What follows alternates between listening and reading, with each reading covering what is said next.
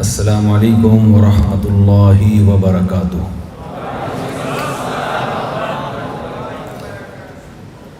اتنی خوش قسم کی علمی مجلس ہے، 15 سے 20 منٹ تو ایسی تقریر انسان خوش دلی کے ساتھ سن لیتا ہے، اس کے بعد پھر مجھے نظر آ رہا ہے آپ کے چہروں پہ بوریت کے آثار، تھکے تھکے چہرے، اور میرے لیے ایک بہت بڑی مشکل یہ ہے کہ جو کچھ سوچ کے آیا تھا کہ میں یہ بولوں گا وہ مجھ سے پہلے مقررین سب بول چکے ہیں، تو میں بچا ہی کچھ نہیں بولنے کے لیے۔ ہاں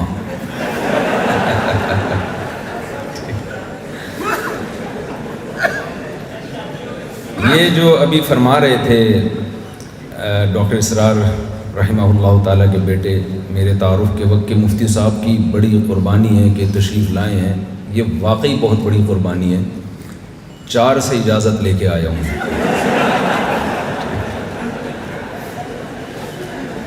جب آپ کہیں جاتے ہیں، دیکھیں داماد کی مثال سسرال میں ایسے ہے جیسے اسرائیل میں فلسطینی۔ میں جب سفر کے لیے جاتا ہوں تو 4 جگہ سے مجھے پرمیشن لینی پڑتی ہے کہ جانا ہے جانا ہے جانا ہے جانا ہے، چاروں طرف سے۔ پھر میری انکوائری ہوتی ہے کہ اکیلا جا رہا ہے یا کسی کو لے کے جا رہا ہے۔ میں جب نکلا ہوں نا ایئرپورٹ جانے کے لیے تو میری ایک وائف کا میسج آیا تھا کہ مجھے اطلاع ملی ہے کہ دوسری ساتھ میں ہے۔ میں نے قسمیں اٹھائیں کہ یہ بالکل پروپیگنڈا ہے میرے خلاف، غلط خبر ہے۔ چلیں تھوڑی سی تو آپ کے چہروں پہ مسکراہٹ آئی، کچھ میں سمجھتا ہوں وہ بات تھوڑا غور سے سنیں گے آپ لوگ۔ 2015 میں میسج ٹی وی نے مجھ سے انٹرویو لیا تھا کہ آپ کی مشہور شخصیات جو آپ کی نظر میں جو آپ کے لیے فیمس پرسنالٹی ہیں، جن سے آپ بہت زیادہ متاثر ہیں، وہ کون کون ہیں؟ تو میں نے 4 افراد کے نام لیے تھے۔ ایک حضرت مفتی تقی عثمانی صاحب، جن کی علمیت، تواضع اور تقوی کا پوری دنیا میں ڈنکا بجا ہوا ہے۔ واعظ و نصیحت کے اعتبار سے ایک بہترین واعظ، جنہوں نے لوگوں کی زندگیاں پلٹیں اپنے واعظ و نصیحت سے، ان میں حضرت مولانا طارق جمیل صاحب کا نام آتا ہے۔ غیر مسلموں میں جتنے مضبوط طریقے سے کام کیا اور دھڑا دھڑ غیر مسلموں کو اسلام میں داخل کیا، ان کی کتابوں کے ریفرنسز اس طرح سے یاد کرنا، قرآن کی آیتوں کے حوالے یاد کرنا، اس میں اللہ تعالیٰ نے ڈاکٹر ذاکر نائک کو بہت بڑی فضیلت دی ہے۔ چوتھی شخصیت قرآن کے حوالے سے، قرآن سے لوگوں کو آگاہ کرنا، قرآن کے وہ مضامین جن پہ بات چیت ہم نے چھوڑ دی تھی۔ ہمارے ہاں تو ہر شخص قرآن سے اپنے مطلب کی چیز نکال رہا ہوتا ہے، تو قرآن کے عمومی مضامین جس کو قرآن نے بہت زیادہ فوکس کیا ہے، ان مضامین کو ہائی لائٹ کرنا، اجاگر کرنا، پبلک کے سامنے لانا، اور اس انداز سے لانا جو پبلک چاہتی ہے۔ اس میں میرا خیال ہے، یہ میری ایک اجتہادی رائے ہے، کوئی اختلاف کر سکتا ہے اس سے، میرا خیال ہے کہ اللہ نے اس میں ڈاکٹر اسرار رحمہ اللہ تعالیٰ کا کوئی ثانی بر صغیر میں پیدا نہیں کیا۔ میں بھی پہلے بدگمانیوں کا شکار تھا، تنظیم اسلامی سے متعلق، انجمن خدام القرآن سے متعلق، کیونکہ ظاہر ہے جب آپ ملتے نہیں ہیں، گیدرنگ نہیں ہوتی، تو بدگمانیاں بہت پھیلائی جاتی ہیں۔ میرا بھی یہی خیال تھا جو مفتی حسین خلیل خیل صاحب، جو جامعۃ الرشید کے، اچھا یہ جو میں یہاں پر آیا ہوں یا مفتی حسین خلیل خیل صاحب آئے ہیں، تو آپ یہ نہ سمجھیں یہ 2 شخصیتیں ہیں، یہ جامعۃ الرشید ہے، پورا ادارہ ہے جو اس کانفرنس میں شرکت کے لیے آیا ہے۔ تو مفتی حسین خلیل خیل صاحب نے جیسے بتایا کہ ہمارے جو دینی مدارس ہیں نا، میں یہ بات اس لیے کروں گا کہ مجھے دینی مدرسوں میں بھی بہت زیادہ سنا جاتا ہے، انہی کا آدمی ہوں میں، مدرسے سے فارغ مولوی ہوں، تو جتنی گالیاں لوگ مولویوں کو دیتے ہیں وہ سب ہم پہ ہی پڑ رہی ہوتی ہیں، مولوی ایسے، مولوی ایسے، مولوی ایسے، مولوی ایسے، تو میں لوگوں سے کہہ رہا ہوں مجھے کہہ رہی ہے ایسے۔ تو چونکہ ہمیں مولوی سنتے ہیں تو بہت سے حضرات ہمارے دینی مدارس کے جو طلبہ ہیں وہی میرے بھی مخاطب ہیں، وہ بدگمان ہیں۔ اصل میں ہوتا یہ ہے کہ جب بھی کوئی نیا اسکالر آتا ہے نا جو ایک یونیک اسٹائل سے کام کرتا ہے، تو اکثر یہ دیکھا گیا ہے کہ وہ دین کی بنیادیں کھوکھلا کرنا شروع کر دیتے ہیں، لبرلزم کی طرف سوسائٹی کو لے جاتے ہیں، اباحت پسندی کا شکار ہو جاتے ہیں، پردے کے مسائل میں، داڑھی کے مسائل میں اور سود کے مسائل میں، بجائے اس کے کہ آپ سود کے خلاف کام کریں، آپ نے سودی کو حلال کر دیا۔ آپ دیکھ لیں ایسے اسکالرز آپ کو مل جائیں گے جن کے ہاں سود وہ جی ونس اپون اے ٹائم سود حرام تھا، وہ یہ وہ والا سود نہیں ہے، وہ پرانا والا سود نہیں اب رہا۔ تو ڈاکٹر اسرار رحمہ اللہ تعالیٰ کے بارے میں ہمارا پاس دینی طبقہ یہ بدگمان ہے کہ وہ بھی کوئی اباحت پسندی کی طرف تھے یا کوئی لبرل یا ماڈرن اسلام لانا چاہتے تھے۔ تو میں پوری ذمہ داری کے ساتھ اپنے طلباء سے یہ بات کہنا چاہتا ہوں کہ ایسا بالکل بھی نہیں۔ اور آپ نے کسی درخت کا پتہ لگانا ہو نا کہ یہ کھجور کا درخت ہے، یہ آم کا درخت ہے، یہ جی کیلے کا درخت ہے۔ اب اختلاف ہو گیا دو آدمیوں کا، ایک کہہ رہا ہے یہ آم کا درخت ہے، وہ کہہ رہے نہیں یہ پیپل کا درخت ہے۔ تو ہم کہیں گے بھائی پھل آنے دو، میں سمجھا پا رہا ہوں اپنی بات، بور تو نہیں ہو رہے آپ؟ وہ آپ کیا کہیں گے بھائی ذرا پھل آنے دو، اگر آم نکلا تو یہ آم کا درخت ہے، اس میں اگر وہ پیپل کے پھل پیدا ہوئے تو کس کا درخت ہے؟ یہ پیپل کا درخت ہے۔ اگر اس میں پپیتا نکلنا شروع ہو جائے تو کس کا درخت ہے؟ تو پپیتے کا درخت ہے۔ ڈاکٹر اسرار رحمہ اللہ تعالیٰ نے جو ٹیم تیار کی ہے، جو پھل تیار کیے ہیں، ان میں ہمیں وہ لبرلزم نظر نہیں آتا۔ شجاع الدین شیخ صاحب بیٹھے ہوئے ہیں ماشاءاللہ، اتنی بڑی داڑھی، صبح ایئرپورٹ میں میرے ساتھ تھے کراچی کے امیر، حضرت کا نام بھول گیا ہوں میں، عطاء الرحمان صاحب۔ مجھے صرف اپنے سسرالیوں کے نام پتہ ہیں، باقی اتنے زیادہ ہیں کہ اب مزید اسپیس بچی نہیں۔ میں لوگوں سے کہتا ہوں کہ میرے حوصلے کو داد دو، ہول سیل کے حساب سے سالے ہیں میرے، ہول سیل۔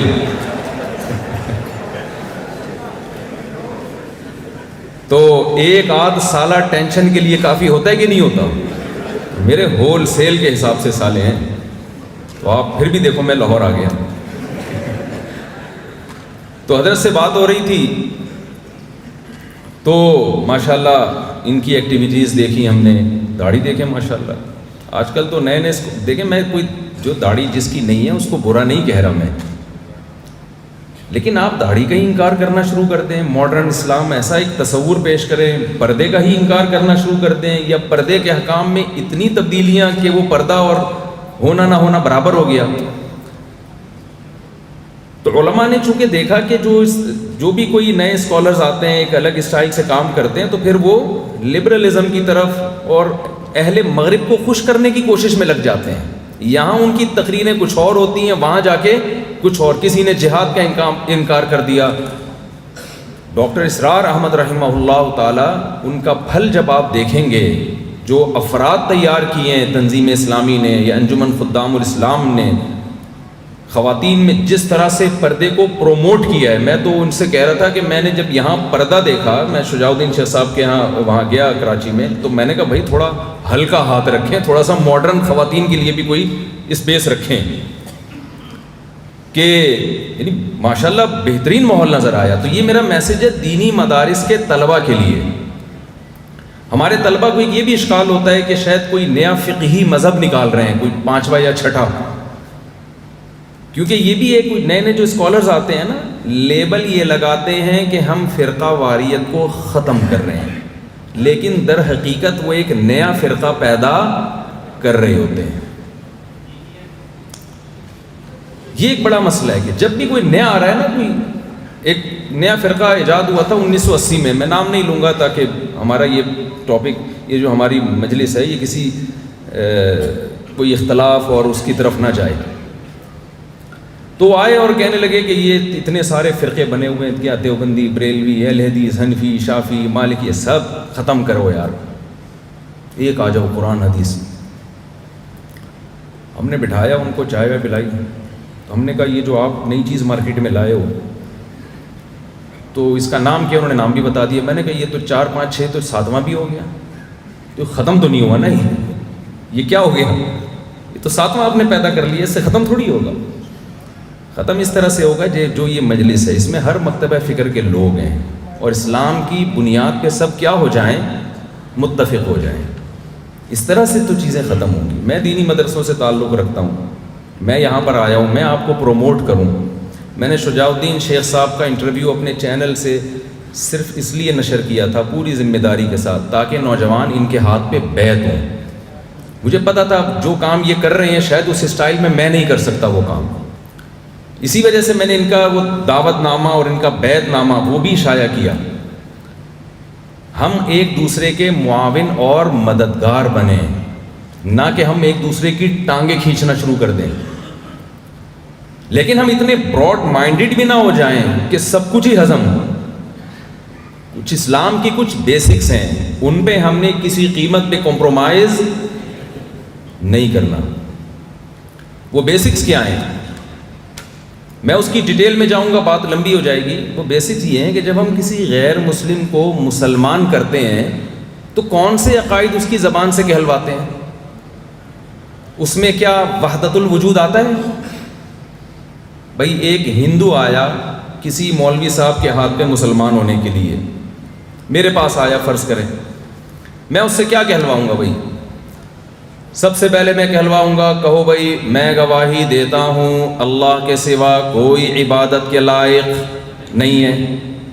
میں گواہی دیتا ہوں محمد صلی اللہ علیہ وسلم اللہ کے بندے اور رسول ہیں، اور جو ضرورات دین ہیں، جنت، جہنم، فرشتے، جنات، ختم نبوت، تقدیر کا عقیدہ، یہ چند باتیں جب ہم اس کی زبان سے اگلوا لیتے ہیں تو ہم یہ سمجھتے ہیں کہ یہ اسلام میں داخل کمپلیٹ کر لیں، سینٹنس آپ ہو چکا ہے. تو اتنی چیزوں سے ہم کیوں اسلام میں داخل نہیں ہو رہے؟ ہمیں اس سے آگے جانے کی کیا ضرورت ہے؟ نہیں ہے میرا خیال بات. تو ہمارے لیے بھی اتنا کافی ہے نا. جو غیر مسلم دوسری انتہا پہ تھا اس کو اس طرف لانے کے لیے تو چند عقیدے ہیں، اور جو اندر پہلے سے موجود ہے اس کو باقی رکھنے کے لیے اس پر اتنا برڈن ڈالا ہوا ہے کہ اس کو اس پر بھی ایمان لانا ہے، اس پر بھی ایمان لانا ہے. ایک صاحب مجھے کہہ رہے ہیں پنجاب میں نا حیات النبی ممات النبی کے بڑے پھڈے چلتے ہیں. ایک صاحب مجھ سے الجھ پڑے بہت زیادہ. میں نے کہا بھائی مجھے اس بحث میں نہ الجھاؤ یار، ہم سیدھے سیدھے ابھی شادیوں وادیوں کے کام باتیں کر رہے ہیں، لوگوں کو اس پہ لا رہے ہیں زنا سے. تم کیا حیات النبی ممات النبی میں الجھا دیا تم نے مجھے. کہنے لگے یہ بہت ضروری عقیدہ ہے، قبر میں اس کے بارے میں سوال ہوگا. میں نے کہا مجھے بتاؤ تمہاری بیوی کو کیا ہے پتہ ہے حیات النبی اور ممات النبی کا؟ کہہ رہے وہ بیچاری کو کیا پتا. تو میں نے کہا وہ مسلمان ہے یا نہیں ہے؟ کہ ہاں ہے، تبھی تو میرا نکاح باقی ہے. تو میں نے کہا پھر مجھے بھی نہیں پتا، مجھے بھی مسلمان سمجھ لو بھائی، مجھے بھی نہیں پتا. کچھ پھڈے جو ہے نا وہ مذہبی اسکالرس کے لیے رکھیں لڑنے کے لیے، ان کو لڑنے دیں، آپ نہ لڑیں. قبر میں مردے سنتے ہیں نہیں سنتے ہی بڑا پھڈا چلتا ہے. کل ایک صاحب آئے اور وہی بات کی کہ قبر میں مردے سنتے ہیں. میں نے کہا یار یہ مذہبی اسکالرز یا علماء کے لیے رکھو یہ مسئلہ. میں نے کہا اگر سنتے بھی ہیں تو آپ نے کیا رپورٹ پیش کرنی ہے ابا کی قبر پہ جا کے کہ یہ ہو رہا ہے یہ نہیں ہو رہا؟ کیا کرنا ہے آپ نے سننے نہ سننے سے؟ بھائی اگر سنتے ہیں فرض کر لو تو کیا کرنا کیا ہے آپ نے؟ وہاں جا کے آپ رپورٹ پیش کریں گے ابا بہو یہ کر رہی ہے آپ کی، اور اماں نے دوسری شادی کر لی مفتی صاحب کا بیان سن کے. اتنی اہم خبریں آپ ابا کو نہیں دیتے. کتنی اہم رپورٹ ہے نا. قیامت کے دن ابا پوچھیں گے ابے اتنے بڑے بڑے واقعات ہو گئے تو نے مجھے آگے بتایا نہیں. بھائی پریکٹیکل لائف میں اس کا کوئی تعلق نہیں ہے. بلکہ اگر مردے نے سن کے رپلائی کر دیا نا تو وہی ہوگا جو عبد الغفور کے ساتھ ہوا تھا. سنا دوں وہ چٹکلا تھوڑا سا. میں کراچی ایئرپورٹ پہ تھا تو وہاں آفیسر مجھ سے ملنے کے لیے آئے، جو سیکیورٹی کے سب سے بڑے آفیسر تھے نا. ایسے لگ رہا تھا جیسے میرے انتظار میں ہے کہ مفتی صاحب کبھی ایئرپورٹ آئیں تو پکڑوں میں. اور آئے اور مجھے کہا کہ بھائی فلائٹ تو لیٹ ہے، آپ بڑا پروٹوکول دیا. کہتے ہیں بھائی میں نے ایک لطیفہ سنا ہے مفتی صاحب، میری ڈپریشن اور میری اسٹریس دور ہو گئی. میرے لیے کڑک سی دودھ پتی منگوائی اور پھر وہ لطیفہ لگا دیا. وہ لطیفہ یہ تھا بھائی معذرت میں تھوڑا سا موضوع سے ہٹ رہا ہوں، تھوڑا سا فریش ہو جائے نا یہ. تو وہ لطیفہ یہ لگایا کہ قاری صاحب نا چھٹی نہیں کرتے تھے. عبد الغفور نام تھا قاری صاحب کا. قبرستان سے جب گزرتے ان کا یہ عقیدہ تھا کہ مردے سنتے ہیں. تو بچے نے سوچا کہ سننے کا تو ہے، رپلائی کا ان کا عقیدہ نہیں ہے، اب ایسا کام کرو کہ ان کو یہ یقین آئے کہ سنتے بھی ہیں اور جواب بھی دیتے ہیں۔ تو قبرستان سے گزر رہے تھے اور کہا کہ السلام علیکم یا اہل القبور، بچہ قبر کے پیچھے چھپا ہوا، اس نے کہا وعلیکم السلام بھائی عبد الغفور، قاری صاحب بے ہوش ہو کے گر گئے۔ تو آپ نے اپنی صلاحیتوں کو ان کاموں میں لگانا ہے جو ہماری بیسکس ہیں، جو ہمارے بنیادی عقیدے ہیں، ان میں ہم اختلاف برداشت بولیے نہیں کریں گے۔ ایسا نہ ہو اتنے براڈ مائنڈڈ بن جائیں کہ جی آپ قادیانیوں کو بھی گلے لگا رہے ہیں، آپ اسلام کے بیسک عقائد پہ ہی کمپرومائز کر رہے ہیں، یہ نہیں ہوگا۔ لیکن وہ مخصوص ہیں، اتنا پیچیدہ نہیں بنایا اللہ نے اسلام کو۔ تو یہ جو کانفرنس ہے یہ بہت ہی خوش آئین ہے، بہت سارے مکاتب فکر کے لوگ ہیں یہاں پہ، دینی مدارس کے علماء بھی ہیں، ہر مسلک کے لوگ ہیں، اور یہ ظاہر کر رہے ہیں بھائی ہم قرآن کے نام پہ ہم سب کیا ہیں، ایک ہے، الحمد سے لے کے والناس تک قرآن ہی تو ہے جس میں اختلاف نہیں ہے، تو اسی پہ جمع ہو جاؤ۔ تو ڈاکٹر اسرار رحمہ اللہ تعالیٰ کو جو اللہ نے فضیلت دی چند چیزوں میں، جو قرآن کے دروس ان کے اتنے زیادہ مقبول ہوئے، نمبر 1، انہوں نے قرآن کی دعوت کو عام کرنے کے لیے اس دور میں جدید ترین ذرائع کا بھرپور استعمال کیا۔ اس سے ان کے مینٹل لیول کا پتہ چلتا ہے۔ بعض دفعہ محنت بہت ہوتی ہے، آؤٹ پٹ اس کا 0۔ اس میں ہمارے لیے یہ میسج ہے کہ ہم بھی قرآن کی دعوت کو عام کرنے کے لیے جدید ذرائع کا زیادہ نہیں بلکہ بھرپور استعمال کریں۔ بھائی محمد احمد صاحب جو مجھے ایئرپورٹ پہ لینے کے لیے گئے، میں نے ان سے کہا کہ آپ ڈاکٹر اسرار صاحب کے جو سوشل میڈیا پہ یوٹیوب کے چینل ہے یا فیس بک، اس پہ بہت زیادہ محنت کی ضرورت ہے۔ بہت سارے ایسے طریقے ہیں سبسکرائبر کو بڑھانے کے لیے، ویڈیو کو زیادہ سے زیادہ وائرل کرنے کے بہت سارے طریقے ہیں۔ شارٹ کلپ بنائیں، پوری ٹیم اس کے لیے ہونی چاہیے جس کا صبح و شام کام ہی یہی ہو۔ آپ اس دور میں تبلیغ کے لیے اگر گدھے پہ بیٹھ کے جائیں اور دلیل یہ دیں کہ ہمارے نبی صلی اللہ علیہ وسلم اونٹ پہ یا گدھے یا گھوڑے پہ بیٹھ کے تبلیغ کے لیے تشریف لے گئے تھے، تو کیا یہ دلیل صحیح بنے گی؟ ظاہر ہے اس دور کا ایک جدید ذریعہ گھوڑا تھا، اونٹ تھا۔ آج کا جدید ذریعہ الیکٹرانک میڈیا ہے۔ آپ اپنی بات امریکہ پہنچانا چاہتے ہیں، آپ ایک کلپ بنا کے ڈال دیں، فوراً پہنچ جائے گی۔ اور اگر آپ گدھے پہ بیٹھ کے جا رہے ہو، محنت بہت زیادہ ہوگی، آؤٹ پٹ اس کا 0 ہوگا۔ تو ڈاکٹر اسرار رحمہ اللہ تعالیٰ کا سب سے پہلا کارنامہ یہ تھا کہ جس وقت لوگ ان جدید ذرائع سے دور بھاگتے تھے، انہوں نے اس وقت ان جدید ذرائع کا بھرپور استعمال کیا، جس کی برکتیں آج ہمیں نظر آ رہی ہیں۔ دوسرا کام انہوں نے بڑا خاندانی کیا، میرے یہ لفظ ہے تھوڑا خاندانی لفظ میں استعمال کرتا ہوں، یہ کیوں کرتا ہوں یہ پھر کبھی اکیلے میں ملیں گے تو بتاؤں گا انشاءاللہ، ساری باتیں تو اپنی بتائی جا سکتی نا۔ دوسرا کام جو ان کا بڑا ہی زبردست تھا وہ کیا تھا، جو ایک تو ڈاکٹر تھے، انگلش بہت اچھی تھی، انہوں نے دیکھیں قرآن مجید میں اللہ تعالیٰ کے ارشاد ہے وَمَا أَرْسَلْنَا مِن رَسُولٍ إِلَّا بِلِسَانِ قَوْمِهِ لِيُبَيِّنَ لَهُمْ، ہم نے جس پیغمبر کو بھی بھیجا ان کی زبان دے کے بھیجا ہے۔ ڈاکٹر اسرار رحمہ اللہ تعالیٰ کی زبان وہی تھی جو ایجوکیٹڈ اور پڑھے لکھے طبقے کی زبان تھی۔ اس سے بہت فائدہ ہوا ہے۔ ہمارے ہاں جامعۃ رشید میں درس قرآن کی تربیت دیا کرتا تھا، تو ایک طالب علم سے میں نے کہا کہ آپ درس قرآن دیں، میں نوٹ کرتا تھا کیا کیا خامی ہیں، تو وہ درس دیتے ہوئے کہنے لگے کہ اس آیت سے پتہ چلتا ہے کہ ہمارے اقوال و افعال میں تضاد نہیں ہونا چاہیے۔ میں نے کہا بھائی بہت بھاری ہو گیا، اس کو تھوڑا سا ہلکا رکھو۔ کہنے کیا کروں اس کو، میں اس کو کیسے؟ میں نے کہا یوں بول دو ہمارے کاموں میں ہماری باتوں میں ٹکراؤ نہیں ہونا چاہیے۔ اتنا گاڑھا کرنے کی کیا ضرورت ہے اس کو بھائی؟ میں نے کہا قائد اعظم یہ فرما کے گئے تھے کام کام اور بس کام، اگر وہ مولوی ہوتے تو فرماتے افعال افعال اور بس افعال۔ پبلک کے سمجھ میں آتا؟ اپنی سمجھ میں آ رہا کیا فرما کے گئے ہیں، تو اس وقت تو بالکل ہی سمجھ میں نہیں آتا۔ تو اب ان کی تعلیمات کی دھجیاں اڑائی جا رہی ہیں۔ جب اتنی آسان زبان استعمال کی تو اگر افعال افعال اور بس افعال کہتے تو کتنا مشکل ہو جاتا۔ تو جو ایلیٹ طبقہ ہے اس کی جو زبان تھی، ان کا جو مینٹل لیول تھا، اس پہ آ کے انہوں نے بات کی ہے، جس سے جو ایلیٹ طبقہ ہے، وہ طبقہ جس کے ہاتھ میں قوم کی نبض ہے، اس پر انہوں نے محنت کی ہے.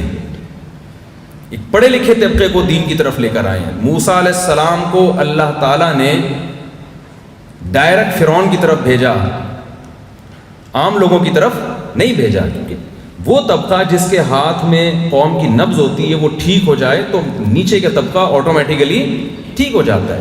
الناس علی دین ملوکہم. جلدی سے بات کو سمیٹ کے میں ختم کر رہا ہوں. یہ ایک ان کی بڑی خوبی تھی. تیسری خوبی ان کی جو دروس میں آپ کو نظر آئے گی ان کے درس قرآن میں، ان مسائل کو ہائی لائٹ کیا جو سوسائٹی کی ضرورت ہے. بارات کا مسئلے پہ عام طور پہ ہم نے نہیں دیکھا کوئی بولتا. جو لڑکیاں بوجھ بن گئی ہماری سوسائٹی پہ، 6 بیٹیاں ہیں، جہیز الگ اور ہر ایک کی بارات کا کھانا وہ الگ. انہوں نے لوگوں کو بتایا کہ بارات کا اسلام میں کوئی کانسیپٹ نہیں ہے. یہ ایسی سوسائٹی میں بات کرنا جہاں ہر جگہ بارات کا کھانا کھلایا جاتا ہو، یہ بہت مشکل کام ہے. اس کو ایکسیپٹ کرنا ذہنی طور پہ بہت مشکل ہے. جہیز کے خلاف جس بھرپور انداز سے نہ صرف آواز اٹھائی بلکہ عمل کر کے دکھایا، یہ بہت پازیٹیو وے میں ایک بہت اچھا کام کیا انہوں نے. سود کے خلاف اتنی مؤثر آواز اٹھائی. آج آپ کو جب بھی کہیں بات چلتی ہے، سپریم کورٹ میں سود کا مسئلہ آیا تو آپ کو تنظیم اسلامی کے کارکن بہت متحرک نظر آتے ہیں. اس میں جناب شجاع الدین شیخ صاحب کو بھی اللہ جزائے خیر دے، ان کا بھی بہت بڑا دخل ہے. اور شجاع الدین شیخ صاحب کی ایک بہت بڑی خدمت ہے جو لوگوں کی نظروں سے اوجھل ہے. KPK میں جو قرآن مجید نصاب میں شامل ہوا اور نصاب میں جو بہت حد تک اچھی تبدیلی ہوئی، اس میں ماشاءاللہ شجاع الدین شیخ صاحب کا بہت زیادہ دخل ہے. تو یہ بھی ایک پھل ہے جو ڈاکٹر اسرار رحمہ اللہ تعالیٰ کا کہ درخت کے نکلے ہوئے پھل ہیں. میں چونکہ زیادہ میرا سلام تو ان سے ہی رہی ہے تو ان کی کچھ خدمات سے میں متعارف ہوں. ان کی یہ خدمت تو بڑی خطرناک قسم کی تھی، لیکن میں بتا دیتا ہوں. بہت سارے لوگ میرا بیان نہیں سنتے تھے، ہمارے محلے کے تھے، سنتے نہیں تھے. میں نے کہا آپ کبھی جمعے میں نظر نہیں آئے؟ انہوں نے کہا شجاع الدین شیخ صاحب کا بیان آپ سے اچھا ہوتا ہے، ہم وہاں سننے جاتے ہیں. سمجھ رہے ہیں؟ تو وہاں سننے جاتے ہیں. تو اب کرنا کیا ہے دیکھیں، یہ اور بھی کچھ اس جو ڈاکٹر اسرار رحمہ اللہ تعالیٰ کے درس کی کچھ خوبیاں ہیں. اور ایک چوتھی خوبی کہ انہوں نے صرف درس دینے پر اکتفا نہیں کیا. اگر وہ صرف درس قرآن دیتے، باقاعدہ انجمن خدام الاسلام کے نام سے تنظیم بنا کے پورا جال نہ بچھاتے دروس کا، تو ڈاکٹر اسرار رحمہ اللہ کے دنیا سے جاتے ہی وہ دروس کا سلسلہ ختم. تو یہ درخت نہ ہوتا جو وہ لگا کے جاتے. انہوں نے پورا ایک نیٹ ورک بچھایا، اور اتنا مؤثر نیٹ ورک. تراویح کی 20 رکعتوں میں ہر 4 رکعت کے بعد پورا خلاصہ. ہمارے ہاں تو تراویح کی 20 رکعتیں گزارنا لوگوں کے لیے مشکل ہوتا ہے. امام 4 رکعت کے بعد تھوڑا سانس لمبا لے لینا تو لوگوں کو ہوتا ہے پیچھے سے چلو بھائی شاباش کھڑے ہوں. گھڑی کو دیکھ رہے ہوتے ہیں کہ ہم نے بس نکلنا. اتنے لوگوں کے رمضان میں مقابلے ہوتے ہیں، تمہارے یہاں تراویح کتنے بجے ختم ہوتی ہے؟ 9:30. اب ہمارے تو 9:25 پہ ہوتی ہے. یہ چلتا ہے کہ نہیں چلتا؟ ابے اس مسجد میں تو 9:15 پہ بھائی سب فارغ. یہ مقابلے ہوتے ہیں تراویح میں. 5-5 منٹ پہ لوگ خوش ہو رہے ہوتے ہیں کہ ہمارے یہاں 25 پہ ہو رہی ہے، 9:25 پہ ختم. تو جس نماز میں لوگ اتنا بھاگنے کی فکر میں ہوں، وہاں اتنی بڑی تعداد کو، خواتین کو، مردوں کو بٹھانا اور 4 رکعت کے بعد پورا خلاصہ پیش کرنا اور لوگوں کا اس خلاصے کو شوق سے سننا، بلکہ آنا اور 3-3 4-4 بجے جا کے تراویح کا ختم ہونا، یہ سننے والوں کی خوبی ہوگی یقیناً. لیکن جن لوگوں نے ان میں یہ جذبہ بھرا کہ اتنا دیر قرآن سنے وہ بیٹھ کے، میں سمجھتا ہوں وہ لوگ یقیناً قابل تعریف ہیں کہ اتنا لوگوں میں جذبہ پیدا کر دیا کہ قرآن سننے کے لیے اتنا ٹائم نکال کے آ رہے ہیں. 2017 میں بہت زیادہ لوگ میرے پاس آیا کرتے تھے. ہمارے قریب میں تنظیم اسلامی والوں کے یہاں تراویح ہوتی تھی، اس میں خواتین کی بھی بڑی تعداد ہوتی تھی. کچھ لوگوں نے مجھے کہا مفتی صاحب فتویٰ دو کہ خواتین کا گھر سے نکلنا حرام ہے، ناجائز ہے، چاہے وہ تراویح کے لیے آ رہی ہوں. وہ جو امام حنیفہ رحمہ اللہ کا مشہور قول پیش کیا جاتا ہے کہ فتنے کا خوف ہو تو عورت کہاں رہے گی؟ گھر میں رہے گی. میں نے ان سے کہا میرے بھائی امام حنیفہ بھی زندہ ہوتے ہیں نا، وہ بھی فتویٰ دیتے جب دیکھتے نا کہ یہ تراویح میں نہیں آ رہی تو طائق روڈ میں جا رہی ہیں، تو وہ بھی کہتے بھائی ان کو تراویح میں لے آؤ. تو یہ تنظیم اسلامی والوں کی خوبی ہے کہ ان کو طارق روڈ جانے سے، یہاں طارق روڈ شاید لاہور والے نہ سمجھتے ہوں، تو یہ تو یہاں کوئی اور رمضان کے آخری عشرے میں تو مارکیٹوں کا ٹائم ہوتا ہے نا. میں نے کہا یہ خوبی ہے میرے بھائی، یہ گھروں میں نہیں رہیں گی، ان کو انہوں نے بازاروں سے نکال کے قرآن سننے کے لیے لے آئے ہیں. تو آپ کیسی عجیب بات کر رہے ہو. امام حنیفہ بھی ہوتے تو وہی بات کر رہے ہوتے جو میں کر رہا ہوں. تو یہ چند خوبیاں ہیں. اور میں ایک آخری بات کر کے آپ سے بس اجازت چاہوں گا. دیکھیے جو دنیا سے جا چکے ہیں ہم ان کو یاد کر کے روتے ہیں، وہ ایسے تھے، وہ ویسے تھے، اللہ ان کے درجات بلند کرے. جو زندہ ہوتے ہیں ان کی قدر نہیں کرتے. ڈاکٹر اسرار رحمہ اللہ تعالیٰ نے جو درخت لگایا وہ درخت الحمدللہ انجمن خدام الاسلام اور تنظیم اسلامی کی شکل میں آج بھی موجود ہے، وہ تھوڑی ختم ہوا ہے. تو ہم کو چاہیے ہم ایک دوسرے کا دست و بازو بن کے جتنے بھی دین کے شعبے ہیں ایک دوسرے کو سپورٹ کر کے ان شعبوں میں آگے بڑھنے کی کوشش کریں اور ہر شعبے کو آگے بڑھانے کی کوشش کریں. جو لبرل لوگ ہیں، جو سیکولر قوتیں ہیں، جو ملحد لوگ ہیں، ان کا کوئی فرقہ نہیں ہے، وہ سب متحد ہیں خدا کے انکار پر، بے پردگی، زنا، ہومو سیکسولیٹی، ان چیزوں کو پروموٹ کرنے میں وہ سب متفق ہیں. اس میں ان کا نہ کوئی دیوبندی ہے، نہ بریلوی ہے، نہ اہل حدیث ہے، نہ حنفی، نہ شافعی. وہ سب مل کے محنت کرتے ہیں. اور ہماری جب مسئلہ آتا ہے زنا کے خلاف آواز اٹھانے پر، تو یہ چونکہ دیوبندی ہے تو میں چونکہ گرین چینل والا ہوں میں نہیں جا رہا، میں یہ گرین والا ہے تو میں چونکہ وائٹ چینل والا ہوں میں نہیں جا رہا، یہ تنظیم اسلامی کا ہے میں چونکہ جماعت اسلامی کا ہوں تو میں. مجھے ایک صاحب نے پوچھا کہ ایک لڑکی کا رشتہ ہے، لڑکی جماعت اسلامی کی ہے تو کر لوں؟ میں نے کہا جماعت غیر اسلامی والے سے کر لو آپ. اسلامی ٹھیک نہیں ہے، غیر اسلامی سے کریں. تو اگر ہم پازیٹیو وے میں اس طرح اسلام کی بیسک اور یہ وحدت الوجود اور یہ اس طرح کی چیزوں کو ہمیں ہائی لائٹ کرنے کی ضرورت ہی نہیں ہے، اٹھانے کی ضرورت ہی نہیں ہے. تلک امۃ قد خلت لہا ما کسبت ولکم ما کسبتم، اس کو ایکسپلین کرنے کی ضرورت ہی نہیں. ہمارے تو بیسک عقائد ہیں، ہم نے اسی کو لے کے چل رہے ہیں. تو میں آخری گزارش بس آپ سے یہ کروں گا کہ جو جا چکے اللہ ان کی مغفرت فرمائے. اب آپ نے قدر کرنی ہے جو موجود ہیں. انجمن خدام القرآن کے ڈاکٹر عارف رشید صاحب اور تنظیم اسلامی کے جناب شیخ شجاع الدین صاحب اور بھی جو بھی جماعت کے ذمہ داران لوگ ہیں، جو نوجوان طبقہ ہے، ان کے ساتھ جڑیں، ان سے قرآن سیکھیں. یہاں الحمدللہ عربی گرامر سکھانے کا بھی ایک سیٹ اپ ہے، مجھے پتہ چلا. عربی سیکھیں، قرآن پڑھیں، آگے پھیلائیں. دیکھیں اگر آپ کسی اچھے ویژن کا حصہ نہیں بنے تو شیطان کے ویژن کا حصہ بن جاؤ گے. ان دنیا میں فارغ کوئی بھی نہیں. اگر اچھے کام میں نہیں لگایا تو آپ خود بخود برے کام میں لگ جائیں گے. اللہ تعالیٰ سمجھنے کی، عمل کی توفیق عطا فرمائے. وما علینا الا البلاغ.